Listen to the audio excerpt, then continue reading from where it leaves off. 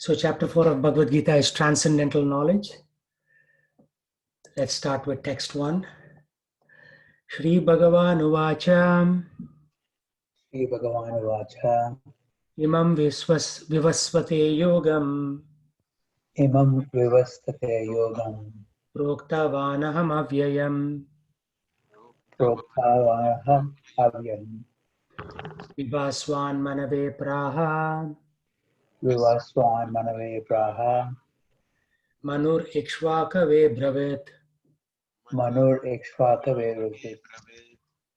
So the personality of Godhead, Lord Sri Krishna said, I instructed this imperishable science of yoga to the sun god, Vivaswan, and Vivaswan instructed it to Manu, the father of mankind. And Manu in turn instructed it to Ikshvaku. So this shows that Bhagavad Gita is very old. It was related 120 million years ago by Lord Krishna to Vivaswan, the sun god. So initially it was delivered to the Devatas and later on it was delivered to human beings. So at that point where the human beings are, Bhagavad Gita doesn't tell us. But 120 million years ago, Krishna gave this information to Devatas. So Devatas are supposed to be on various heavenly planets like sun, moon. There are so many other heavenly planets which are higher up. So that's what it is said. So it's not like this information is fairly recent or it's modern or anything like that. Okay, so Venkatesh, can you read the purport? Yes, Ramesh. Herein we find the history of Bhagavad Gita traced from a remote time when it was delivered to the royal order of all planets, beginning from the sun planet.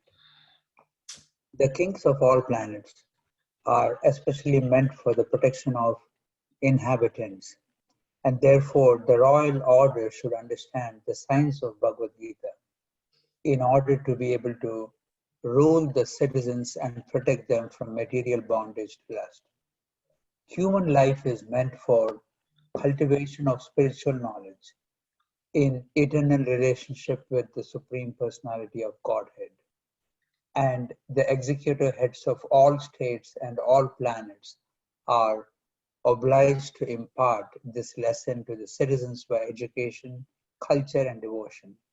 In other words, the executive heads of all states are intended to spread the science of Krishna consciousness so that the people may take advantage of this great science and pursue a successful path, utilizing the opportunity of the human form of life. In this millennium, the sun god is known as Vivaswan, the king of the sun, which is the origin of all planets within the solar system. In the Brahma Samhita, it is stated, "Let me worship Lord Brahma," said the Supreme Personality of Godhead, Govinda, who is the original person and under whose order the sun, which is the king of all planets, is assuming immense power and heat. The sun represents the eye of Lord and traverses its orbit in obedience to his order. The sun is the king of the planets, and the sun god, at present of name Vivaswan, rules the sun planet, which is controlling all other planets by supplying heat and light. He is rotating under the order of Krishna, and Lord Krishna originally made Vivaswan his first disciple to understand the science of Bhagavad Gita. The Gita is not, therefore, a speculative treatise for the insignificant mundane scholar, but is a standard book of knowledge coming down from time immemorial. In the Mahabharata, we can trace out the history of Gita as follows. In the beginning of the millennium, known as Treta Yuga, the science of the relationship with the Supreme was delivered by Vivaswan to Manu. Manu, being the father of mankind, gave it to his son Maharaja Ikshvaku. the king of this earth planet and forefather of the Raghu dynasty, in which Lord Ramachandra appeared. Therefore, Bhagavad Gita existed in human society from the time of Maharaja Ikshvaku.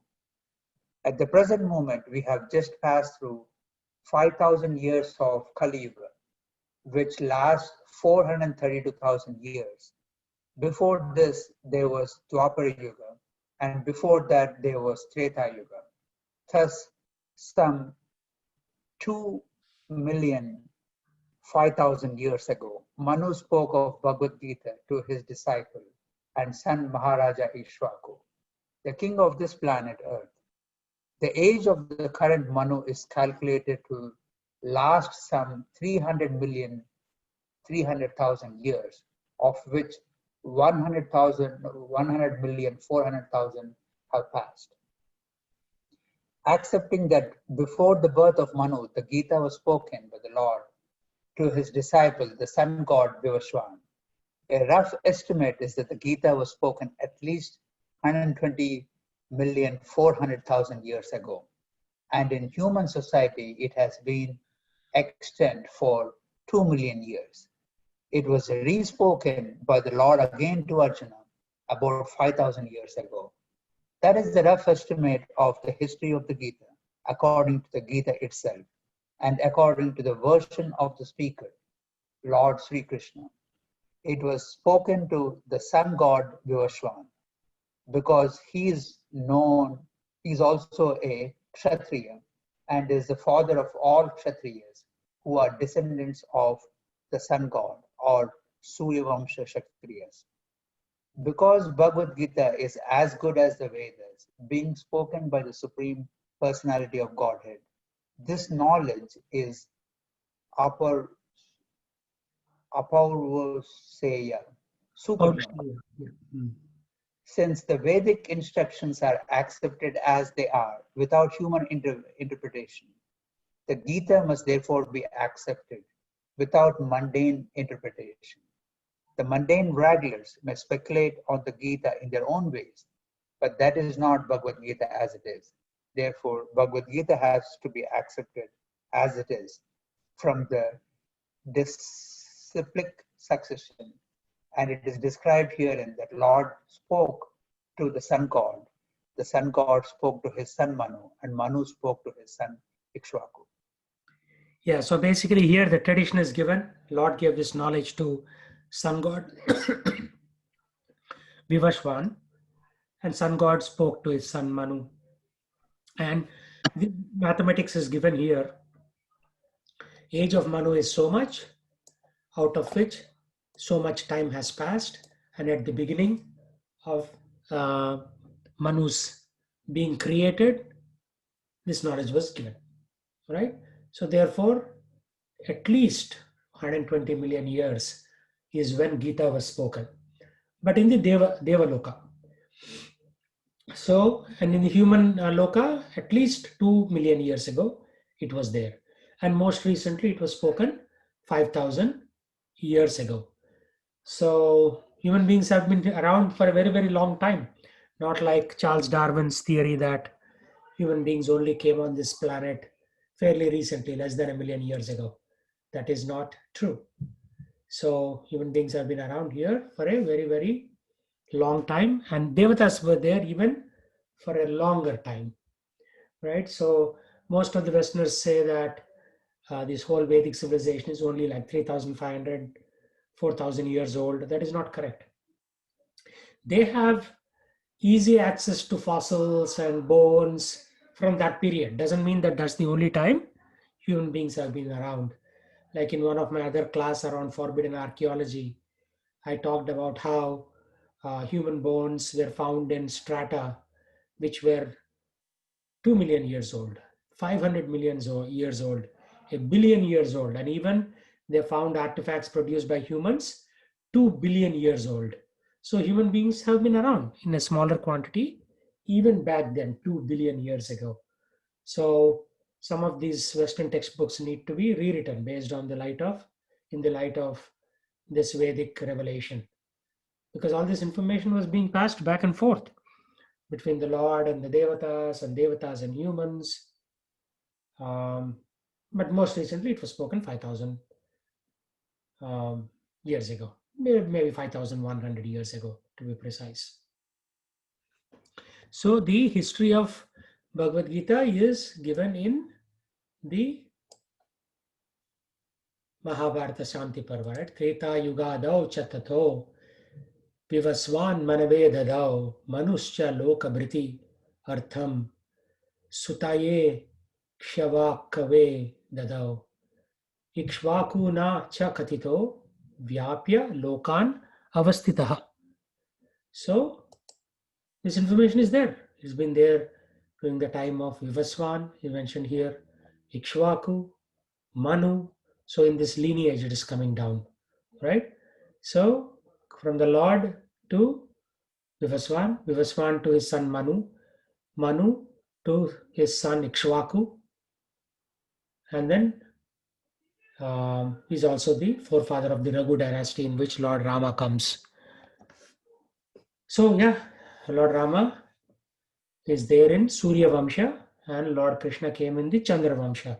Those are the two primary Vamshas of this humankind. There are other things that are mentioned, but they, like Agni Vamsha and all that, but those are all branches of these primary Vamshas. So there, everybody has to come in these two Vamshas. We are also there in one of the two Vamshas. So ultimately, what it means is the Supreme Lord is our Father. He is the beginning of the chain of command. All right. So it's not like God is just an energy or something like that. No, He is our forefather.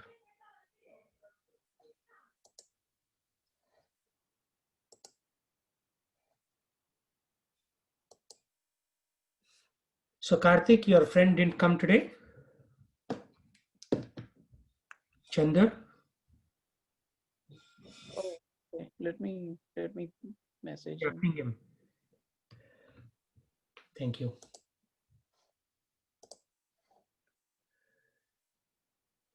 Evam parampara praptam Evam parampara praptam imam rajarshayo viduhu imam rajarshayo viduhu sakale neha mahata sakale nehamata yogo nashtaha parantapa. yogo nashtaha parantapa. The supreme science was thus received through the chain of disciplic succession, and the saintly kings understood it in that way. But in course of time, the succession was broken, and therefore the science as it is appears to be lost. So there is a chain of disciplic succession, but this chain was broken. So what is the chain?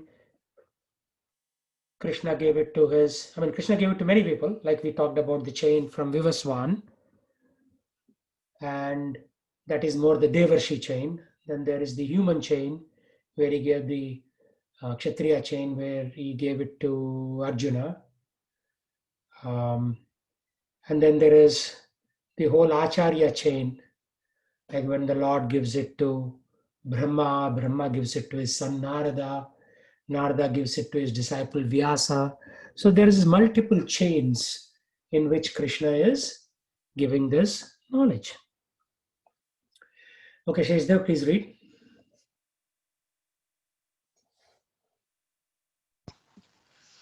Purport. It is clearly stated that the Gita was especially meant for the saintly kings because they were to execute its purpose in ruling over the citizens. Certainly, Bhagavad Gita was never meant for the demonic persons who would dissipate its value for no one's benefit and would devise all types of interpretations according to personal whims.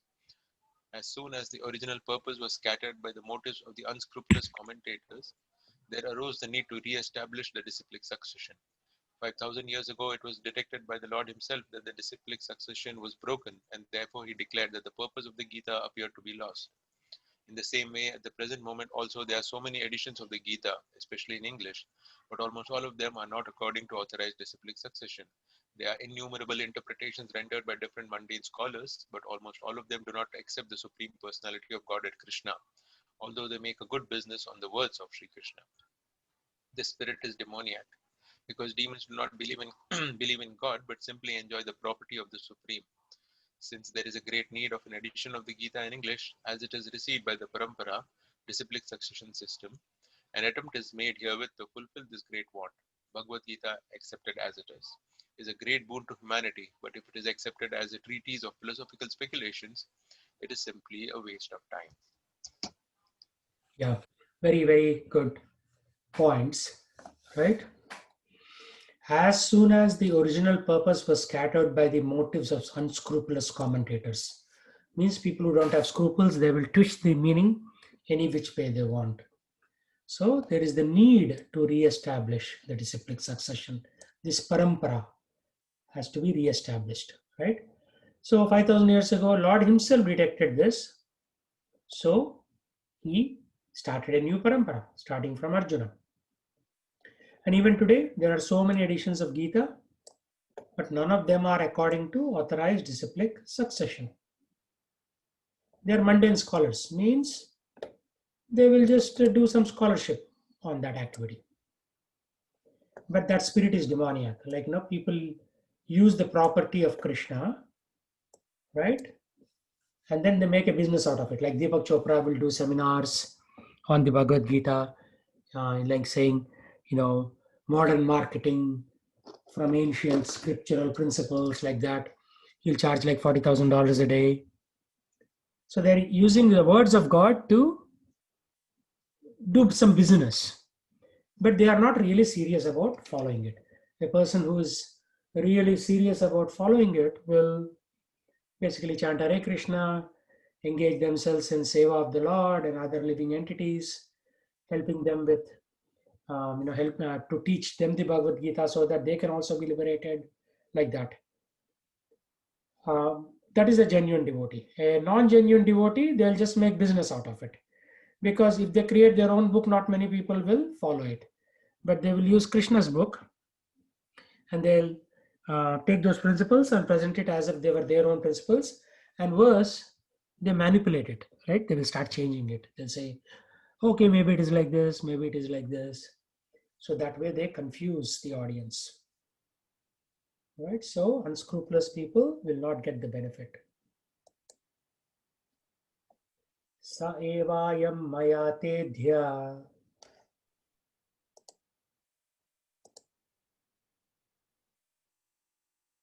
yoga prokta puratana Prokta Puratana, bhaktosi me sakha cheti Tosmi se Sakha se Cheti, rahasyam hi uttamam. Rahasyam hi etaduttamam. So this is very interesting. Krishna says this is a rahasyam, means this is a secret. Not everybody will know this, and it still continues to be a secret till day. Right? So there are a lot of Vedic literature which will give you information, but that's not really ultimate beneficial. They'll say, okay, if you do this puja, I'll get so much money. If you do this puja, I'll get a good wife or a good husband. Right? Like they say, if you worship Durga, you'll get a good husband.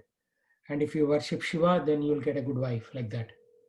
If you worship Indra, you'll get a lot of power. All these are there in Srimad Bhagavatam.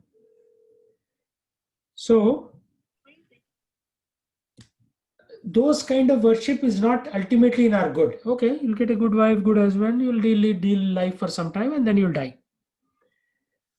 Real welfare means we have to think about what will end our cycle of birth and death and take us back to the spiritual world. Right? So what is Lord saying? This very ancient science of the relationship with Supreme is told by me to you because you are my devotee as well as my friend. So he says here, right? Bhaktosi me sakha cheti. You are a bhakta, devotee, and you are a sakha, friend. Sakha is a friend. Sakhi means a friend in the female gender. Sakha, sakhi, like that. Gopa, gopi. Okay, Karthik, please read the purport.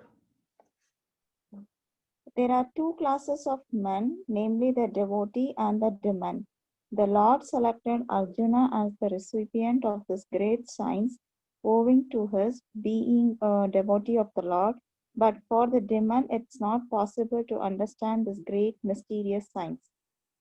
Therefore, there are a number of editions of this great book of knowledge. Some of them have commentaries by the devotees, and some of them have commentaries by the demons. Commentation by the devotees is real, whereas that of the demons is useless. Arjuna accepts Sri Krishna as the Supreme Personality of Godhead, and any commentary on the Gita following in the footsteps of Arjuna is real devotional service to the cause of this great science. The demonic, however, do not accept Lord Krishna as he is. Instead, they concoct something about Krishna and mislead general readers from the path of Krishna's instructions. Here is a warning about such misleading paths. One should try to follow the disciplic succession from Arjuna and thus be benefited by his great science of Srimad Bhagavad Gita. Yeah, so we should not get confused, but follow this disciplic succession. So just as I said, right, it went to from Krishna to Brahma, Brahma to Narada, Narada to Vyasa. So we come in that Vyasa parampara. And Prabhupada also is in that parampara. So we are connected to Krishna. So whenever there is parampara, there can still be a little bit of manipulation, but largely you'll get the knowledge as it is. Right? So when you get the knowledge as it is, it will have effect. Because Krishna said, if you do X, Y, and Z, then you'll come to me. So we just do X, Y, and Z. But most people, what they're doing right now is they're taking Bhagavad Gita and they are using it on how you can be rich and how you can be successful in the material world. While material success is somewhat okay, you are missing the point. You are not getting liberated from the cycle of birth and death. You'll stay here. So in order to not stay here, life after life, you have to follow the principles of Gita fully and correctly. So that's the message here, right? They are commentaries by demons. If you read that right, they will give you the exact wrong interpretation. Like I know I, read some commentaries on the Gita. So in that commentary, they say, you should not worship Krishna, but the Krishna within. What is that? When Krishna is saying, Aham Sarvasya Prabhavo, I am the source of all the material and spiritual worlds, he's saying you should not worship the person Krishna, but something within him. So these are all like the strange commentaries which confuse people actually. Or it says you just have to worship the energy, forget Krishna, like that, right? So yeah, I mean, whenever there is an important man, there's a lot of news and buzz around that person. But the person is what is causing all that, right? It's not just like the energy around him. So these people say just worship that energy or Brahmajyoti. So those are called Brahmavadis. And then there is a different class called Mayavadis who say, hey, you are Krishna, I am Krishna, we are all Krishna, worship each other. So they go about calling Narayana, Narayana to each other. They'll say, you are Narayana, I am Narayana, everybody is Narayana. So those are called Mayavadis. And then there is one more class called Aham Grahopasaka. Aham means I, Graho means focused, Upasaka means worshipper. So they say, everybody worship me because I myself am God. And that person will worship himself. Aham Grahopasaka. So there's a whole, supermarket of religions. So people who worship the energy, people who worship themselves, people who call each other Narayana. So in this way, there is a whole supermarket of religions and the real thing has to struggle for attention. For example, Jesus said, I am son of God, but now people are saying Jesus himself is God. So that is one other challenge, right? In Islam, they say God doesn't have a form, he's just energy. So that is one other form. So in this way, the real relationship with God is lost. All these pseudo fake conceptions are capturing people's attention, and the real thing is just competing for attention. But the real thing is there. Krishna says, Yes, there is a spiritual world, there is a material world. I live in the spiritual world. I come down for avatar periodically. If you do these activities, you can come to me. If you do these activities, you will go away from me. All these things he is very clearly saying.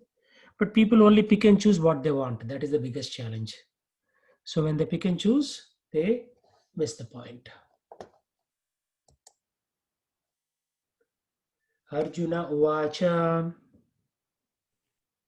Arjuna Vacha Aparam Bhavato Janma Aparam Bhavato Janma Param Janma Vivasvataha Param Janma Vivasvataha Katam Etad Vijaniyam Katham Katham etad vijaniyam Tvam Ado Proktavaniti. Tvam Tvamado Adu Proktavanti. proktavaniti. So Arjuna had a doubt that we will more likely have. He's saying sun god Vivaswan has been around for so long, right? The sun is there for a long, long time, right? Even before Arjuna, even before Arjuna's father, even before Arjuna's grandfather. So he's asking Krishna, sun is older than you, so how could you have dictated him this Bhagavad Gita? Very valid question, right? Okay. Rashesh, they've read this.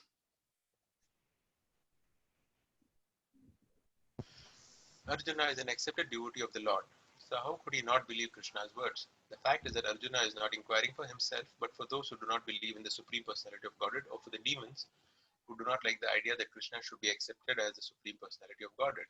For them, only Arjuna inquires on this point, as if he were himself not aware of the personality of Godhead, or Krishna.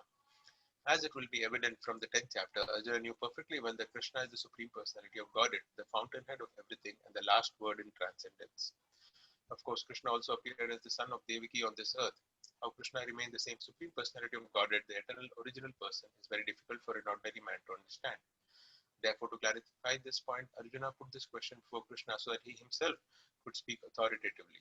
That Krishna is the supreme authority is accepted by the whole world, not only at present but from time immemorial, and the demons alone reject him. Anyway, since Krishna is the authority accepted by all, Arjuna put this question before him in order that Krishna would describe himself without being depicted by the demons, who always try to distort him in a way understandable to the demons and their followers. It is necessary that everyone, for his own interest, know the signs of Krishna. Therefore, when Krishna himself speaks about himself, it is auspicious for all the worlds. To the demons, such explanation by Krishna himself may appear to be strange, because the demons always study Krishna from their own standpoint. But those who are devotees heartily welcome the statements of Krishna when they are spoken by Krishna himself. The devotees will always worship such authoritative statements of Krishna because they are always eager to know more and more about him. The atheists who consider Krishna an ordinary man may in this way come to know that Krishna is superhuman, that he is Sachidananda Vigraha, the eternal form of bliss and knowledge, that he is transcendental, and that he is above the domination of the modes of material nature and above the influence of time and space. The devotee of Krishna like Arjuna is undoubtedly above any misunderstanding of the transcendental position of Krishna. Arjuna's putting this question before the Lord is simply an attempt by the devotee to defy the atheistic attitude of persons who consider Krishna to be an ordinary human being, subject to the modes of material nature. Yeah. Arjuna is asking this question so that Krishna can reveal the truth. And even in future, like 5,000 years after, we are still reading this knowledge and we are trying to understand what is Krishna's position. Usually what atheists and general population, they'll study Krishna from their own angle. If they are 6 foot tall, they'll think Krishna is also 6 foot tall. And if they like something, they'll say Krishna also likes this or dislikes this. But we have to understand Krishna from the scriptural perspective, from what he is. What is a scripture? Scripture is just documentation from the past. It's history. So if scripture says something, somebody smarter than us has documented it for us, and we have to use it. So you can question it, but you have to question it in a constructive way. Oh, why did Krishna say like this? It's not like, oh, did Krishna even exist? Yeah, I mean, if somebody says you don't exist, how do you feel? Right? You say, yeah, I existed. Maybe 100 years later, if somebody says Karthik didn't exist on this planet. So if you hear of that news, in whichever planet you are, You'll be very surprised. Hey, I existed there. Why are people saying I don't exist? Same thing. When Krishna came 5,000 years ago and it's documented, people are saying, no, he doesn't exist. It is the unborn within Krishna that we have to worship, or something like strange notions.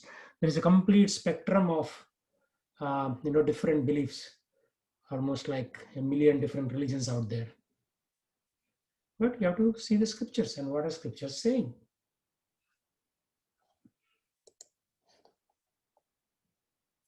Shri Bhagavan Uvacha Srivagamanuvacha Bahuni me vyatitani Bahmuni Veditani Vyatitani Janmani Tavarjuna Janmani Pravachatana Manyaham Veda Sarvani Anyaham Anyaham Veda Sarvani Natvam Veta Parantapa. Natam Veda Parantapa. The personality of God is said, many births both you and I have passed. I can remember all of them. But you cannot, O subduer of enemy. Right? In the Brahma Samhita, we have information of many incarnations. It is stated, Advaitam Achyutam Anadimananta Rupam Adhyam Purana Purusham Navayavvanam Cha Vedeshu Dhurlabham Adhurlabham Atma Bhaktau Govindamadi Purusham Tamaham Bhajami. So it said, I worship the Supreme Personality of Godhead Govinda, who is the original person, absolute, infallible, without beginning. Right? So Govinda is the original person. Although expanded into unlimited forms, he is still original. Like so many avatars come out of him.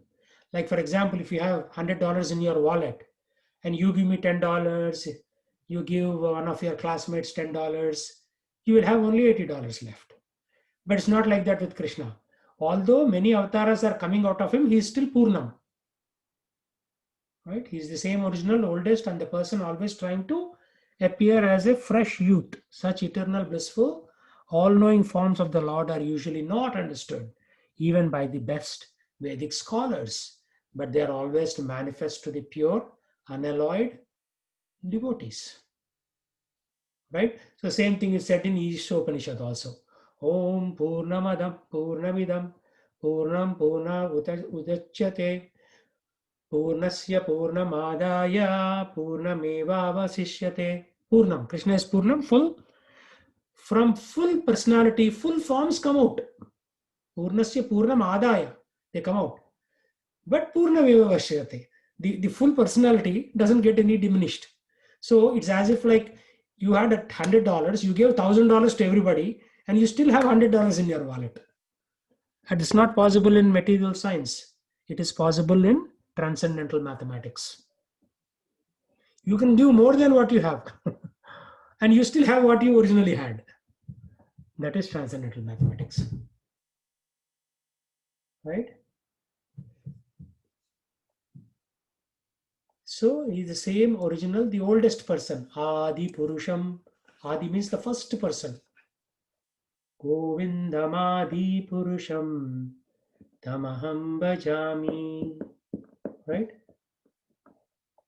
So there is also stated in the same Brahma Samhita, Ramadimurtishu Kala Niyamena Tishtan Nanavataram Akarod Bhuvaneshu Kintu Krishna Swayam Samabhavat Paramah Pumayo Govindamadi Purusham Tamaham Bhajami.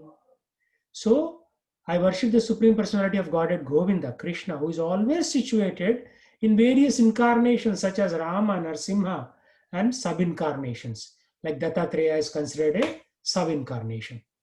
People worship in Maharashtra and Karnataka, Dattatreya. He's not a full incarnation, he's a partial. So there is percentage, right?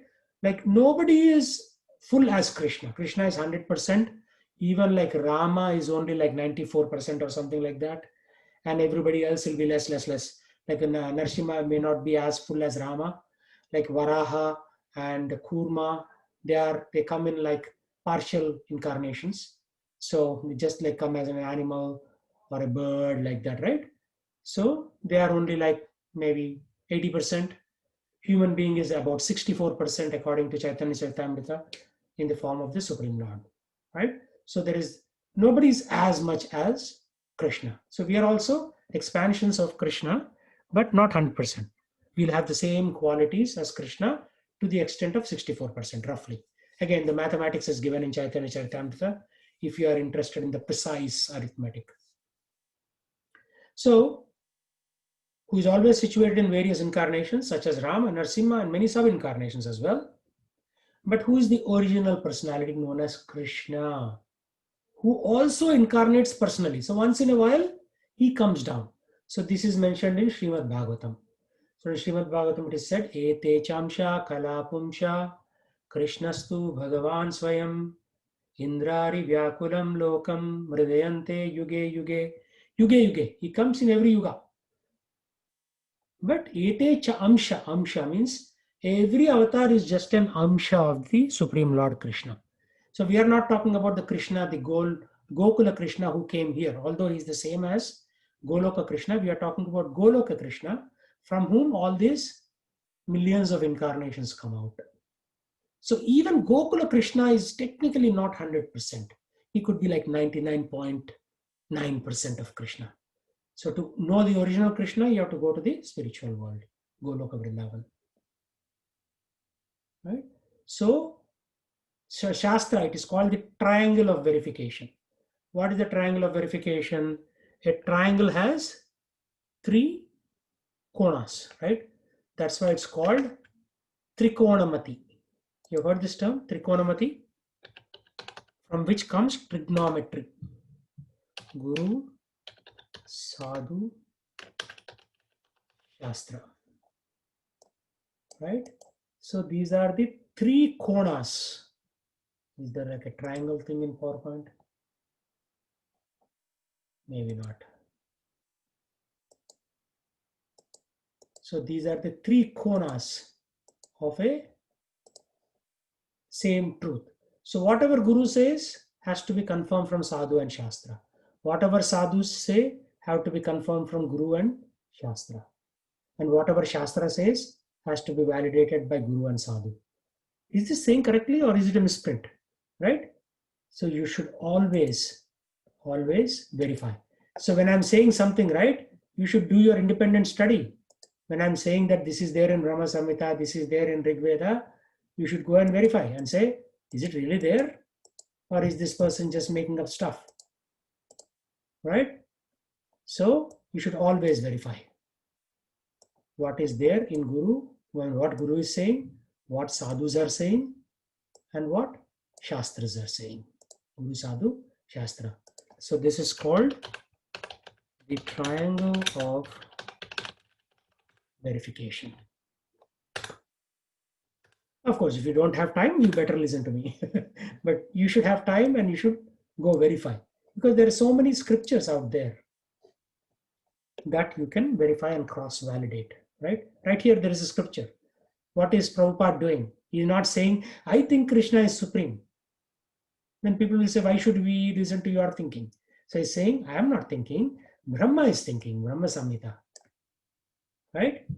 Ramadimurtishu kala niyamena tistan. This is what Brahma dictated. And that was captured in Brahma Samhita. Like that. Right? And then this other verse, other line of this shloka, it says what?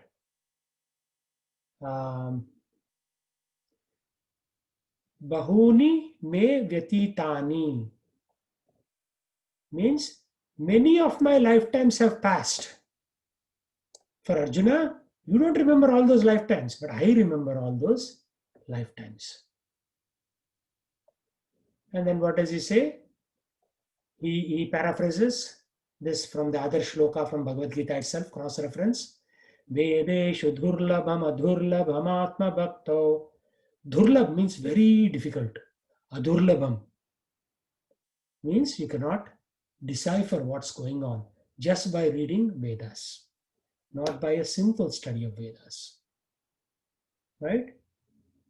So the Lord descends, but you cannot understand him. You can only understand him through the distilled essence of Acharyas, like Swami Prabhupada, Ramanujacharya, Madhvacharya, to a certain extent even Jesus. Although Jesus himself said that I didn't give you all the information. There is so much more to be said, but you are not ready. Because who was the audience for Jesus? Carpenters and businessmen, right? Fishermen, carpenters, businessmen. So how much can you tell them? They were not really ready. So you only said, don't lie, don't steal, don't cheat.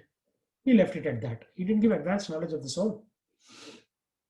Although he mentions soul in a few places, which was documented by his disciples in the Bible. Bible, of course, is not written by Jesus himself. It was his disciples. 12 disciples have 12 chapters in the Bible, like that. But Bhagavad Gita is directly spoken by the Supreme Lord. And same thing with Quran also, documentation by various people. So Arjuna in a different capacity was also present in when Lord was giving this knowledge to some god Vivashwan. This is amazing, right? Because Arjuna is a devotee, he follows Krishna whenever Krishna incarnates. So Arjuna in a different capacity was also present. But the difference between the Lord and Arjuna is Lord remembered the incident, whereas Arjuna could not remember, just like you and me. We don't remember anything from our last life. Once in a while, you may get a little hint and clue in your dream. But you will not really understand what it is, and you'll quickly forget and you'll quickly dismiss it. Right? Okay, Chandra, can you read from here? That is the difference. Hare Krishna. That is the difference between part and parcel living entity and the Supreme Lord. Although Arjuna is addressed herein as the mighty hero who could subdue the enemies, he is unable to recall what had happened in his various past births. Therefore, a living entity, however great he may be in the material estimation, can never equal the Supreme Lord. Anyone who is a constant companion of the Lord is certainly a liberated person, but he cannot be equal to the Lord. The Lord is described in the Brahma Samhita as infallible, Akyuta, which means that he never forgets himself, even though he is in material contact. Therefore, the Lord and the living entity can never be equal in all respects, even if the living entity is as liberated as Arjuna. Although Arjuna is a devotee of the Lord, he sometimes forgets the nature of the Lord. But by the divine grace, a devotee can at once understand the infallible condition of the Lord, whereas a non-devotee or a demon cannot understand this transcendental nature. Consequently, these descriptions in the Gita cannot be understood by demonic brains. Krishna remembered acts which were performed by him millions of years before, but Arjuna couldn't, despite the fact that both Krishna and Arjuna are eternal in nature.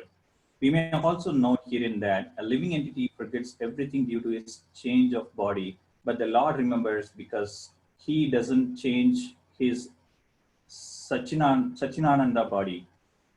He is Advaita, which means there is no distinction between his body and himself. Everything in relation to him is spirit, whereas the conditioned soul is different from his material body. And because the Lord's body and self are identical, his position is always different from that of the ordinary living entity, even when he descends to the material platform.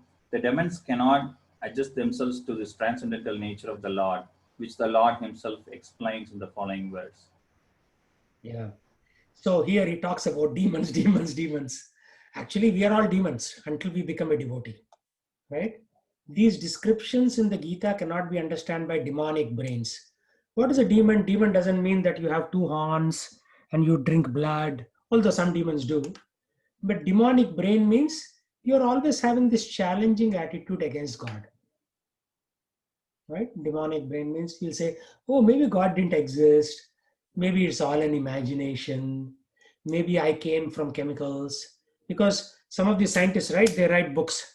Yeah, we mixed a bunch of chemicals and human beings. I mean, like life came. Life doesn't come from chemicals. Life comes from life. In my YouTube channel, I did a recording, Life Comes from Life, based on a book by Swami Prabhupada, right? He says, no matter how many chemicals you mix in the laboratory, you cannot produce life. Life has to come from life. Even Dolly the sheep, they take the womb from one mother, they inject into the other mother, and then the baby comes from that other mother. It's not like, you are artificially creating even the so-called test tube baby. What do?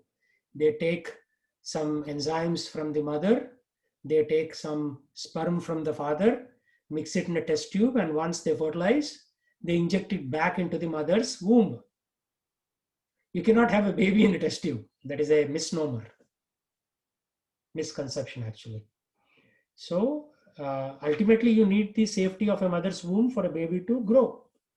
So the demons, that's what they think. This can be done, that can be done. Right now, like, a lot of people from traditional Brahminical families in India come to America and they become demons. When you ask them to read Bhagavad Gita, they say, oh, we don't need to read that. All we need is Elon Musk, Jeff Bezos, Bill Gates, those 4 or 5 techies, and they will take us, to the next world or whatever. They will make us rich like that. But the Elon Musk will die, Jeff Bezos will die, Bill Gates will die, Buffett will die, everybody, all these people are ordinary people. How can they save you? They cannot save you, right? They may invent something so that you can make, instead of $100 an hour, you'll make $150 an hour in IT field. That's all you can do, maximum. Because they are doing this innovation, and if you learn that technology, you will be in demand. But they cannot save you. So that is demoniac brain, means that God is optional, right? A lot of people say, like one time one lady was saying, well, why do you have to go to temple all the time? Once in a while you pray, huh? Like she's giving me advice that I should not pray to God every day, once in a while. And she was giving even better theory. God is everywhere, right? Then why do you have to go to temple? Yeah, God is everywhere. Pacific water is there in Pacific Ocean, but are you going to go to Pacific Ocean? You will drill a backyard well and you will pump water from there. It's not like every day you will drive to Pacific Ocean or Atlantic Ocean and fill your back truck with seawater. Then you do desalination, take out all the salt. In your backyard, if you drill a well, you'll get water, right? So it's like that. When God is accessible easily through his Archa Vigraha, means where you worship the Vigraha form, then why do you have to go this beating around the bush, right? That is demoniac brain. They always want to complicate things. Actually, religion is very simple, but demons complicate it so much that people don't even want to think of religion, right? And of course, people fight in the name of religion. So people say, oh, religion, no, people, it's bad because we'll fight. But if you don't fight on the basis of religion, then you'll fight on the basis of something else, right? Then if somebody is a lesbian, you are not, then you'll fight with that person. And somebody is gay and you are not, you'll fight with that person. So you'll find a new reason to fight. So fighting is natural. So people fight with God. That is demon. That's all, right? Devata means people who are cooperating with God. They're also not perfect, because if you're perfect, you are not in this material world. You'll be in the spiritual world. Devatas are also not perfect, but at least better than demons. At least they are not fighting with the Lord. They are cooperating with the Lord. But once in a while they get tempted, like Indra is the Devata. But he'll get tempted. He will go after Ahalya or somebody who is some sage's wife. He'll do some hanky-panky here and there. So although he's good, 80%, he still has a little bit of issues. So Devatas may have issues, but they're still better than demons because they are working with the Lord's, will of Lord, right? Like one Christian made one, image in Bing. You can see that. So he put like 2 wooden pieces cross. He said, my will, God's will. And they are at 90 degrees to each other, orthogonal. So we should be aligned with God's will. That's all you have to do. You don't have to do anything mega. Okay. Any thoughts, questions?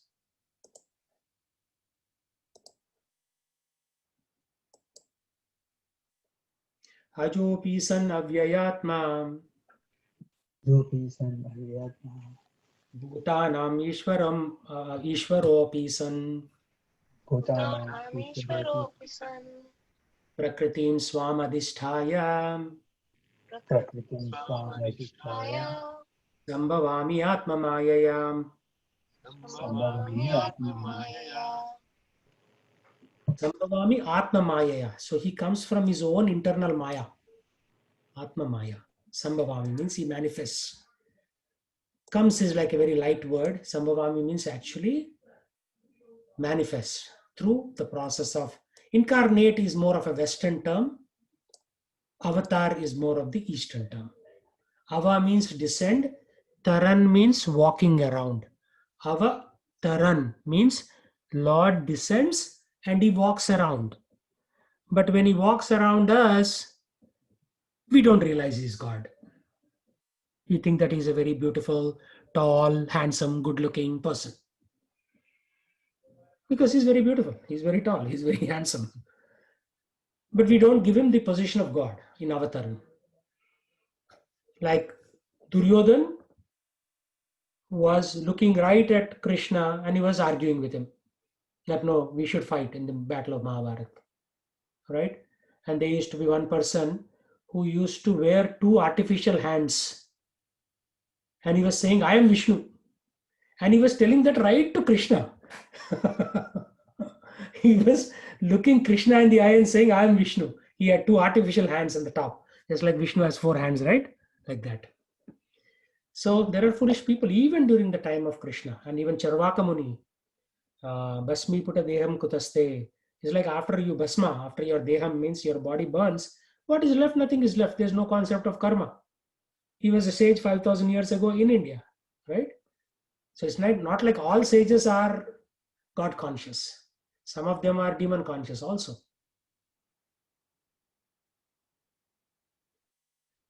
Although I am unborn and my transcendental body never deteriorates, and although I am the Lord of all living entities, I still appear every millennium in my original transcendental form.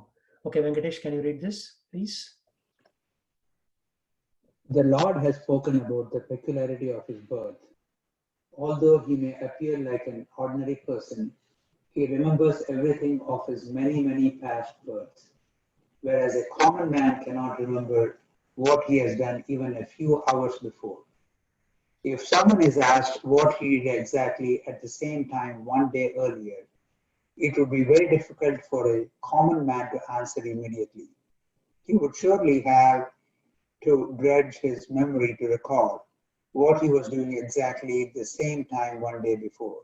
And yet, men often dare to claim to be God or Krishna. One should not be misled by such meaningless claims. Then again, the Lord explains his prakriti or his form. Prakriti means nature, as well as swarupa, or one's own form. The Lord says that he appears in his own body. He does not change his body as the common living entity changes from one body to another. The conditioned soul may have one kind of body in the present birth, but he has a different body in the next birth. In the material world, the living entity has no fixed body, but transmigrates from one body to another. The Lord, however, does not do so. Whenever he appears, he does so in the same original body by his internal potency. In other words, Krishna appears in this material world in his original eternal form with two hands holding a flute. He appears exactly in his eternal body, uncontaminated by this material world. Although he appears in the same transcendental body and is Lord of the universe, it still appears that he takes his birth like an ordinary living entity. And although his body does not deteriorate like a material body, it still appears that Lord Krishna grows from childhood to boyhood and from boyhood to youth. But astonishingly enough, he never ages beyond youth.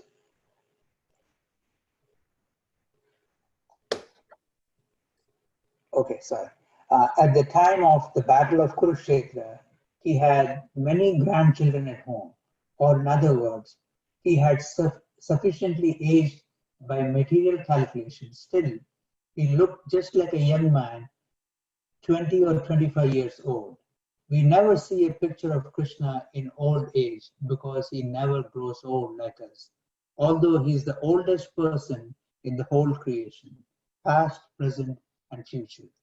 Neither his body nor his intelligence ever deteriorates or changes. Therefore, it is clear that in spite of his being in the material world, he is the same unborn, eternal form of bliss and knowledge, changeless in his transcendental body and intelligence. Actually, his appearance and disappearance are like the sun's rising, moving before us and then disappearing from our eyesight. When the sun is out of sight, we think that the sun has set. And when the sun is before our eyes, we think that the sun is on the horizon. Actually, the sun is always in its fixed position, but owing to our defective, insufficient senses, we calculate the appearance and disappearance of the sun in the sky. And because Lord Krishna's appearance and disappearance are completely different from that of any ordinary common living entity, it is evident that he is eternal blissful knowledge by his internal potency, and he is never contaminated by material nature. The Vedas also confirm that the Supreme Personality of Godhead is unborn, yet he still appears to take his birth in multi-manifestations. The Vedic supplementary literatures also confirm that even though the Lord appears to be taking his birth, he is still without change of body. In the Bhagavatam, he appears before his mother as Narayana with his 4 hands and the decorations of the 6 kinds of full opulences. His appearance in his original eternal form, in his causeless mercy, bestowed upon the living entities so that they can concentrate on the Supreme Lord as he is, and not on mental concoctions or imaginations, which are imperfectionist, wrongly thinks the Lord's forms to be. The word Maya or Atma Maya refers to the Lord's causeless mercy according to Vishwakosha Dictionary. The Lord is conscious of all of his previous appearances and disappearances, but a common living entity forgets everything about his past body as soon as he gets into another body. He is the Lord of all living entities because he performs wonderful and superhuman activities while he is on this earth. Therefore, the Lord is always the same absolute truth and is without differentiation between his form and self or between his quality and body. A question may now be raised as to why the Lord appears and disappears in this world. This is explained in the next verse. Yeah, so Lord is the same absolute truth, Satchidananda Vigraha, without differentiation between his form and self. So his Atma and his body are the same. But for us, our Atma and our body are two different. And his qualities, like his qualities of, for example, kindness or opulence or any one of his broad range of qualities, and his body are not different. So his body, quality, and soul are the same. For us, our body, quality, and soul are different. That's the only difference between us and the Lord. Otherwise, he has feelings, we have feelings, right? We get our feelings from him. Our feelings come from him. So therefore, what should we do? We should align our activities with that of the God, right? And right now, all of our activities are 90 degrees to activities of God, right? We wake up when we are not supposed to wake up. We sleep when we are not supposed to sleep. So much going on in this world, right? So aligning our activities with that of God's activities. Like if you look at traditional Brahmins, all they used to do is from morning till evening, wake up, cook for the Lord, do an arti, again cook, rest for a little while, again wake up, take bath, again cook for the Lord. The traditional Brahmins in temples, that's what they used to do. And people used to make fun of them. Right? Don't you have anything better to do? Actually, that is the thing we are supposed to do. 24/7, think of the Lord. Of course, since they are pujaris, they are only doing cooking and arti. But since we are not in that platform, we should still work for the Lord, but in a different way, right? So you may give this knowledge of Bhagavad Gita to someone, distribute books, Bhagavad Gita to friends and family, so that they can also benefit. Even if they lead a little bit and improve their life a little bit in this lifetime, mission accomplished. Next lifetime, they'll do a little bit more, So one lifetime 1%, second lifetime 2%, third lifetime 3.5%, like that. But their journey towards the ultimate destination is going on, right? There rarely will you see anybody who will make a big leap in one lifetime, right? So we are not like Ramanujacharya or Madhvacharya in one lifetime make a huge leap. Not possible.